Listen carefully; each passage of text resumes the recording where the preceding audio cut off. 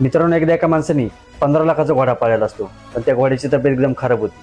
मालक डॉक्टरला बोलवतो. डॉक्टर येऊन घोड्याला इंजेक्शन देतो, पण घोड्याची तब्येत काही सुधारत नाही. बघता बघता असे 15 दिवस जातात. मालक पुन्हा डॉक्टरला बोलवतो, पण डॉक्टर म्हणतो उद्यापर्यंत हा घोडा उभा राहिला नाही आणि त्याची तब्येत सुधारली नाही तर आपल्याला त्याला पॉयझन देऊन मारायला लागेल. आता त्या मालकाने एक बकरा सुद्धा पाळलेला असतो. हे दोघांचं बोलणं तो बकरा ऐकतो. तो बकरा घोड्यापाशी जातो आणि घोड्याला म्हणतो, तुझ्याकडे फक्त आजची रात्र आहे. तू जर उद्यापर्यंत उभा राहिला नाहीस तर ते दोघं तुला पॉयझन देऊन मारून टाकतील. तो त्याला भरपूर हिंमत देतो, मोटिवेट करतो, एनकरेज करतो. त्यामुळे तो घोडा सकाळपर्यंत उभा राहतो. आता घोड्याला बघून तो मालक डॉक्टरला फोन करतो. डॉक्टर आल्यावर म्हणतो, चमत्कार झाला, तुमच्या घोड्याची तब्येत सुधारायला लागलेली आहे. हे ऐकून मालक खुश होतो. मालक त्याच्या मित्रांना फोन करतो आणि म्हणतो, मी घेतलेला 15 लाखाचा घोडा एकदम नीट व्हायला लागलाय. आज आपण पार्टी करू. माझ्या घरात बकरा आहेच, तुम्ही येताना फक्त दारू आणा.